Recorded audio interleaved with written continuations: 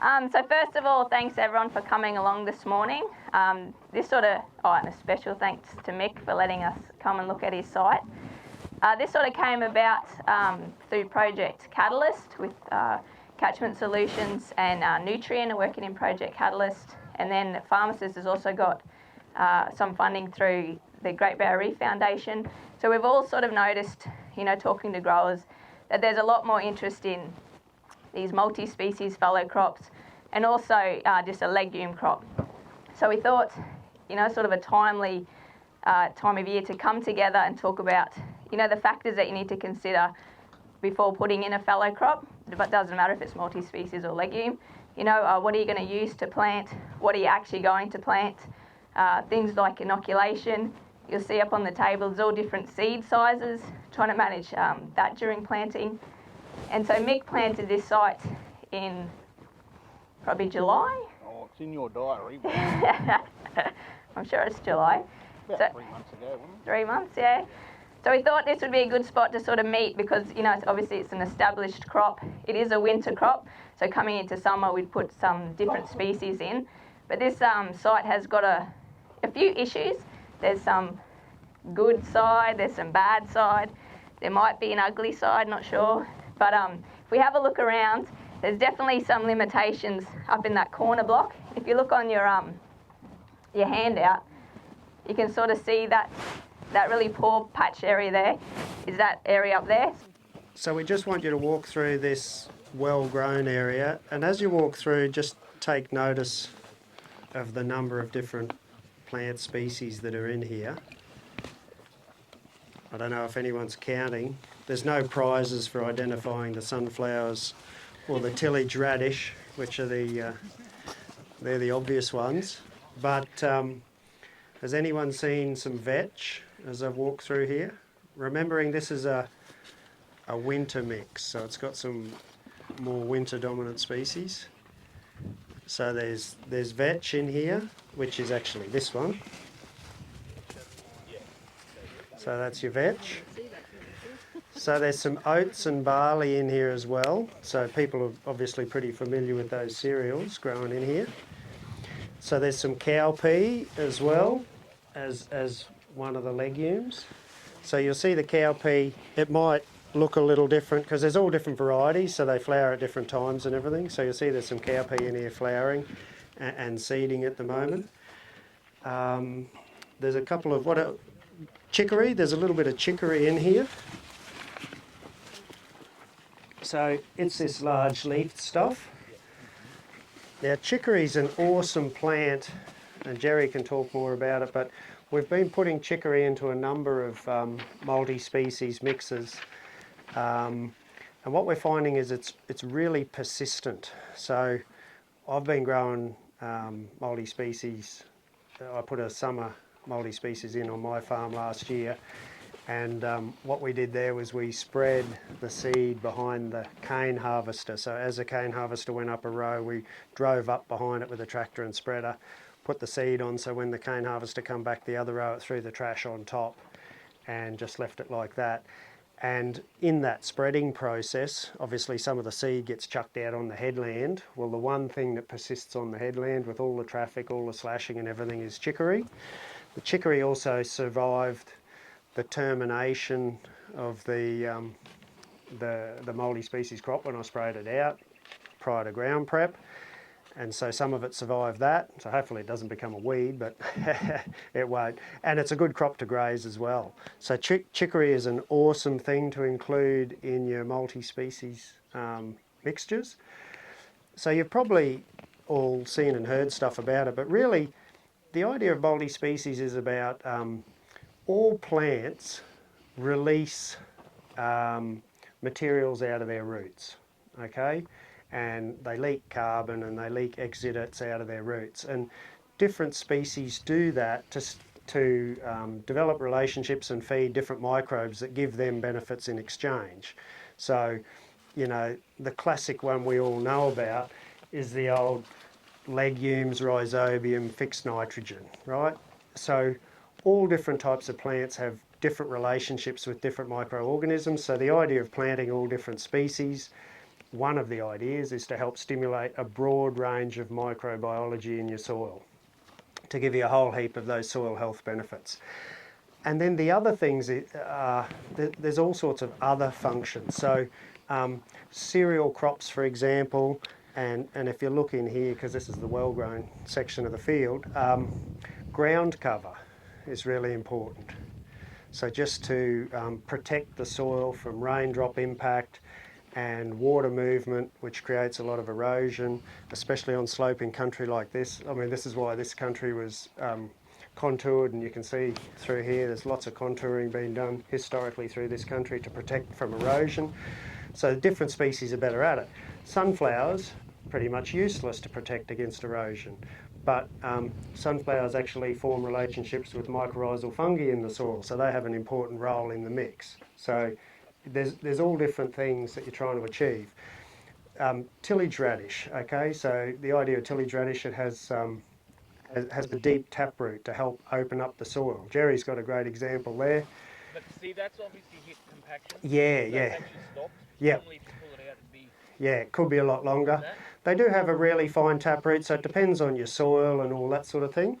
So the other thing about the tuber of the tillage radish, though, is it absorbs nitrogen into that tuber. So everyone thinks about tillage radish as just have a role with breaking up tillage and compaction layers, whereas it actually absorbs nitrogen. So it'll take up nitrogen from the legume component of the mix, and when it breaks down later on, that nitrogen will be released back to the soil. So that's sort of scratches the surface on the ideas and the dynamics going on with your multi-species. Each different plant has a different rooting structure, and they forage and take moisture and nutrients and carry on at different levels in the ground. So that's sort of that background idea to it. So if we keep coming over here, so this is the new land area that Mick was talking about. And you can see that the crop establishment here hasn't been all that fancy. So in the cereals, so the oats and barley, and they're not so much now because they're looking a bit sad, but a month or so ago, 2 months, whenever we were here, there was some classic phosphorus deficiency symptoms in the cereals here. So we took the soil tests, which I think some of the results are in the handout there for you. Yeah, low. So if you have a look at the handout, Page 2. on page 2, I haven't got my glasses, but 9. the phosphorus, Colwell phosphorus level is 9, and the BSES phosphorus level in this poor growth 10. area is 10, so they're extremely low. And if you look at the good area where you guys are still standing over in the good area, we've got a Colwell of 48 and a BSESP of 57 or 67. 87. 87. Audra's got better eyes than me. So if we have a look, so while we're going, we'll just talk about the pH as well. So see, what's the soil pH in the poor area there? 5.82. 5.82 for 1 to 5 water, and 4. Oh, you're looking at this one? 4.5 for calcium chloride. Yep. 7. Versus 7.1 water and 6.6. So I suppose what we wanted to point out there, for cane farming people that are used to looking at soil tests for cane land, Water. in sugar cane we always use the 1 to 5 soil water pH. Whereas for most of these other crops, it's more appropriate to use the calcium chloride pH level, okay? And if you look on most of your soil tests, the calcium chloride value is usually around a unit lower pH value.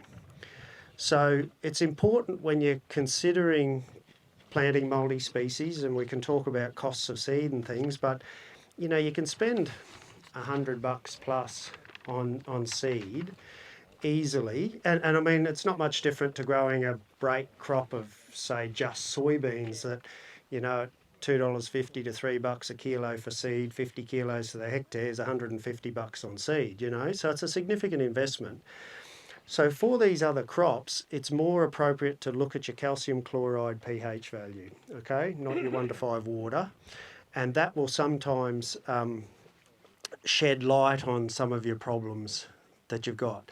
And it also highlights the importance, I think, of doing a soil test before you establish your crop.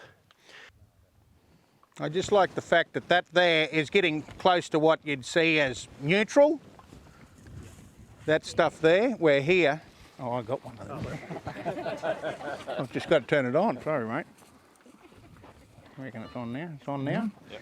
Yeah, well where you're standing there, that's what I'd call neutral there. It's getting close, it's 7 more or less there, isn't it? Over here we're standing acid over here. That stuff there's been treated for 10, 15 years, so if we, I think we did do a soil test down there, didn't we? Yeah, so that might be just a little bit better, but there's definitely more organic matter here, and that's what give it a bit of water holding capacity to make it grow out here, what I can see.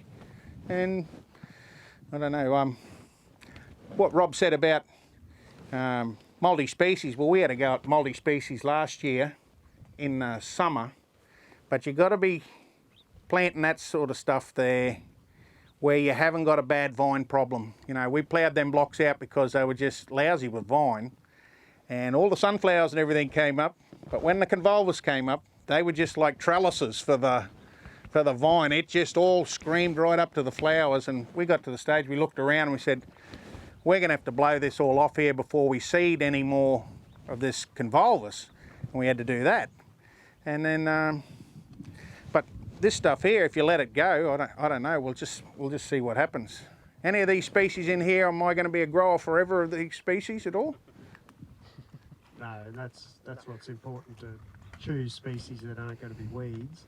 So, you know, Lab's a great example, isn't it? That has been grown as a break crop, and there's plenty of cane paddocks with residual Lab 30 years after it was once planted.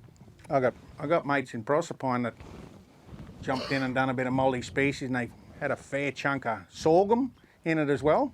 And they tell me they're still sorghum growers now, so. So too often we've all seen over the years where someone decides they're going to grow a crop of soybean or a break crop or something, and they just slap it in the ground and don't give a lot of care and attention to it. Often it fails. I'm never going to do that again. What a waste of money. Whereas if you treat it a bit more like a crop and a bit more seriously, because it has some important benefits for your overall farm program, do a soil test and get some advice on whether you need some pre-establishment fertiliser and that sort of thing. And so you can see here we had phosphorus deficiency symptoms in the crop. They've been confirmed by the soil test. The pH is below ideal for some of the species in this mix, so lime and phosphorus would have been beneficial. Sometimes when you're doing your research, and there's lots of great information on the internet, obviously, there's lots of stuff on YouTube, on videos of cover cropping and that from all around the world and Australia. And sometimes you'll come across stuff where they talk about you don't need fertiliser because these crops will stimulate microbes, it'll make phosphorus available to the crop and all that sort of stuff. And that can happen, but did it happen here? No. So it's not magic, you know, there's not much magic in life, unfortunately. I didn't win lotto, would have, if I got that magic I wouldn't be here. So yeah, don't look for magic. Soil sample, treat your break crops like another crop on your farm, because if you look after them and grow them professionally, they'll really reward you really well. One of the things while I'm thinking of it, Mick talked about using the Great Plains planter there to plant the crop. So I just grabbed some seed out of the nutrient mix that's available there, and you'll see that there's large and small seeds in that mix. And so you need to think about, and it's a good mix, you need to think about how you're going to plant and look after that, because the larger the seed, generally they like to be a little bit deeper, and the smaller the seed, they like to be a little bit shallower. So sometimes there's a little bit of challenge in how you go about establishing these.